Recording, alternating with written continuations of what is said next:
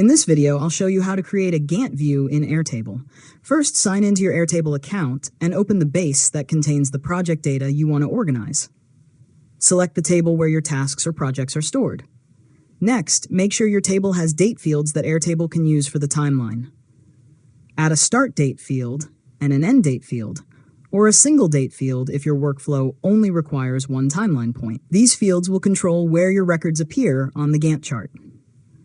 After that, click the Views section on the left side of your table and select Create New View. Choose Gantt from the available view types, then enter a name for your new view. Now, configure your Gantt view by selecting the date fields Airtable should use. Your records will appear as timeline bars that show the duration of each task. You can group tasks by categories, adjust the timeline display, and drag the bars to quickly update start dates and deadlines. Finally, review your Gantt chart and make any adjustments needed to fit your project workflow. You can use this view to manage schedules, track progress, and keep your team aligned as projects move forward. And that's it. You've successfully learned how to create a Gantt view in Airtable. If you found this tutorial helpful, make sure to subscribe to Learn Mode Lab for more tutorials.